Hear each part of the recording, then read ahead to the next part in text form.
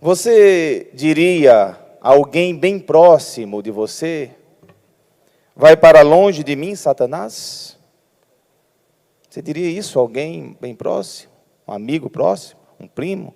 Um irmão? Alguém do seu ciclo? Uma pessoa de confiança? Você diria isso a alguém? Está aqui em Mateus 16, versículo 23. Jesus Cristo disse, e vamos entender que às vezes na nossa vida é importante dizer também.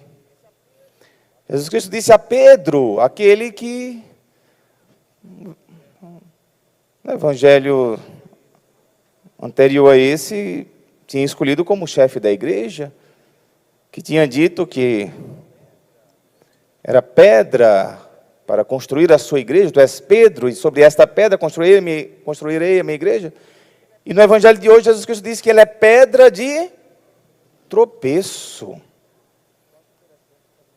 Eu acho interessante, só fazendo um parêntese, que nos evangelhos, uma das coisas que dá mais credibilidade aos evangelhos é justamente aparecer as mazelas e as misérias dos apóstolos aqui escrito, né? Porque se fosse outro, não tinha deixado escrever, né? Mas nós somos luzes e trevas. E nos evangelhos aparece também essas luzes e trevas dos apóstolos, dos discípulos, aparece aqui.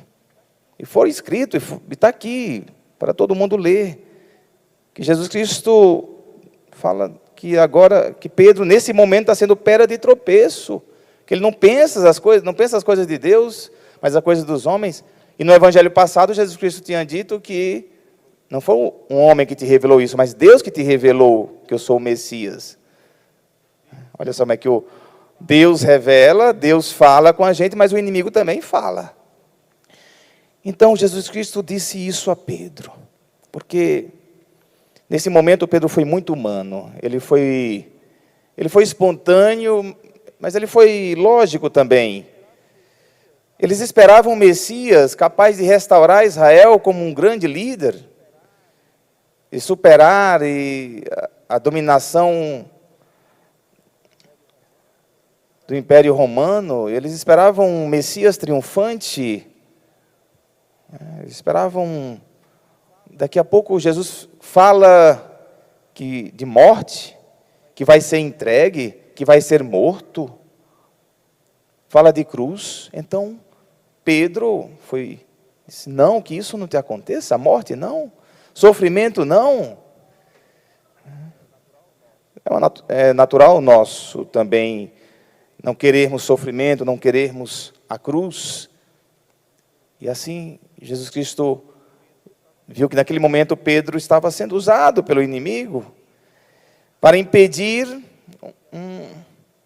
que a sua missão acontecesse, que a ressurreição pudesse vir para toda a humanidade. Por isso que Jesus Cristo diz, vai para longe de mim, Satanás, tu és para mim uma pedra de tropeço. Gente, isso acontece muito na nossa vida. Por isso que nesse evangelho eu quero destacar que tenham sabedoria muito mais do que vocês imaginam que devam ter.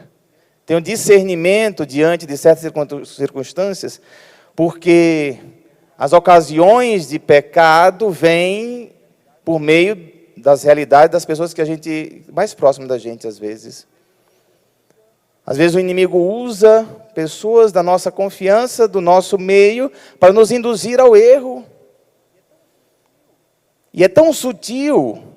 Não pensem que o inimigo, ele se reveste com aquela imagem que a gente vê nos desenhos animados, daquele diabinho com uma forquilha lá na mão, com o rabo todo feioso. Se fosse assim, a gente se afastaria do mal rapidinho, mas não é não. O mal se reveste daquilo que é mais próximo, mais belo e menos evidente para nós. E aí por isso que é necessário muita sabedoria da nossa parte, para saber se o inimigo não está usando uma pessoa próxima da gente. Para que você chegue um momento de dizer isso também, afasta de mim, Satanás. Isso não é de Deus. Vou dar um exemplo para vocês.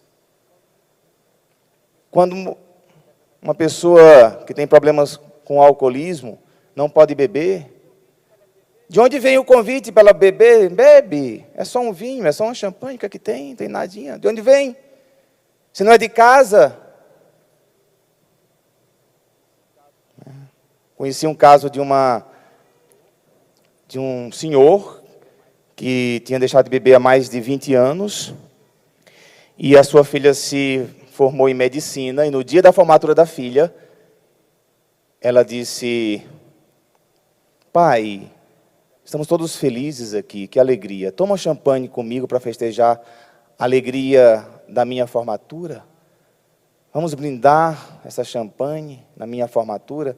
Ele disse: não, filha, não posso, filha, porque eu não devo tomar essa champanhe.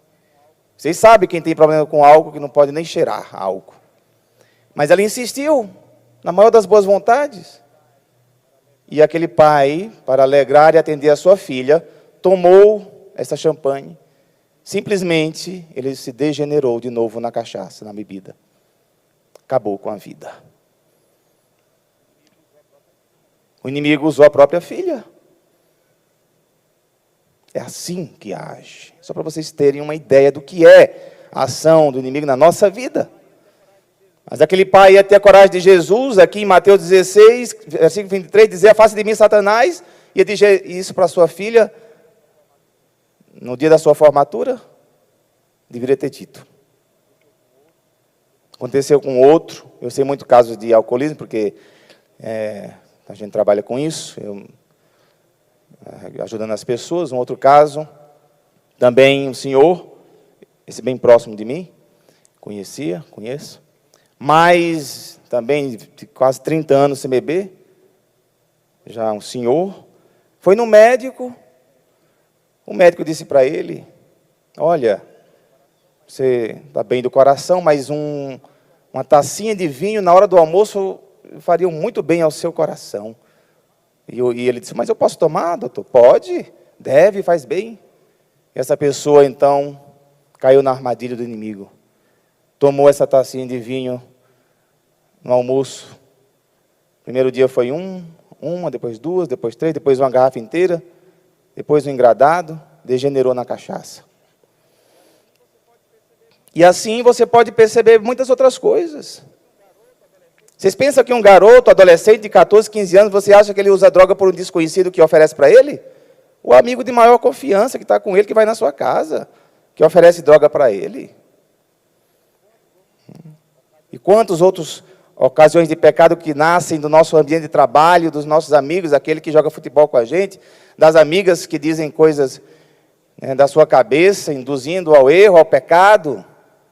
Pois aprendam Mateus 16, versículo 23. Afasta de mim, Satanás. Aprenda e tenha coragem de dizer isso. Tenha coragem de falar. De perceber que o veneno do inimigo está escorrendo naquela boca que fala, e te induz ao pecado. Olha o que diz aqui: é necessário discernimento. É necessário estar em Deus, uma vida em Deus, para perceber, para você estar alerta, saber de onde vêm as ciladas do inimigo. Veio por meio de Pedro, aquele que foi escolhido o líder da igreja, o papa da igreja. Veio por ele a ação do inimigo na vida de Jesus Cristo. Veio por Pedro. Vocês imaginam? Mas Jesus Cristo, em plena comunhão com Deus, já detectou logo, já percebeu logo. Mas às vezes nós não percebemos, sobretudo as pessoas que ficam no mundo da lua, as pessoas que não estão em Deus, as pessoas que estão à toa. Vai caindo aí em qualquer conversa.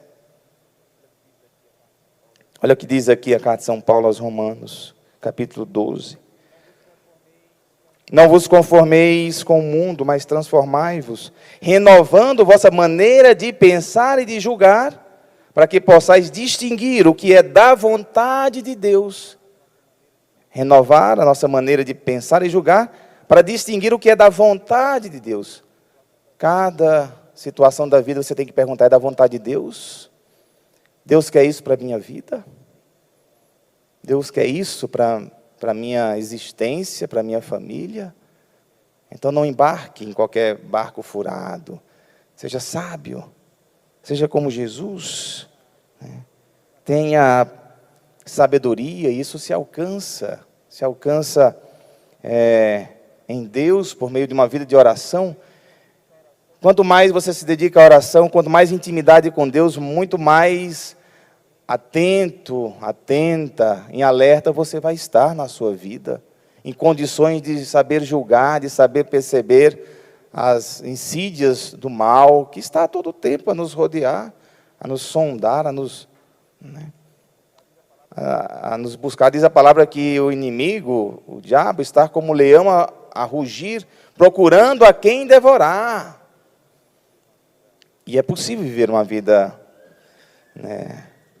saudável, sana, em Deus, e viver bem, viver com alegria, tendo Deus como fonte de sabedoria.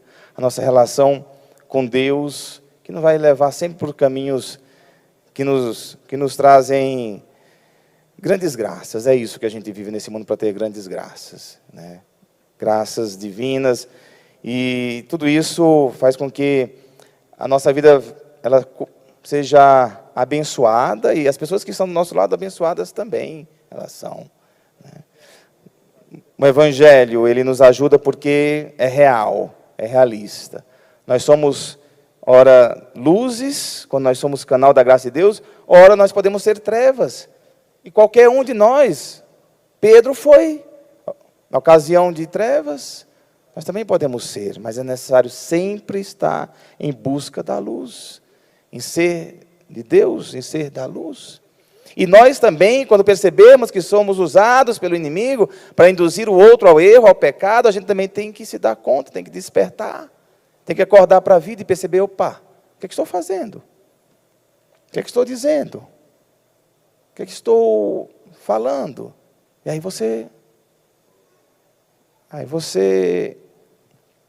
retoma a sua luz. Nós nascemos para ser fonte de luz para as pessoas, né? Então, dessa maneira, queridos irmãos e irmãs, nós vamos aprendendo cada vez mais com Jesus Cristo, aprendendo a viver, porque é tudo muito sutil, e Jesus Cristo, ele nos ajuda a encontrar o caminho da sabedoria nesta vida. Louvado seja o nosso Senhor Jesus Cristo. Assim.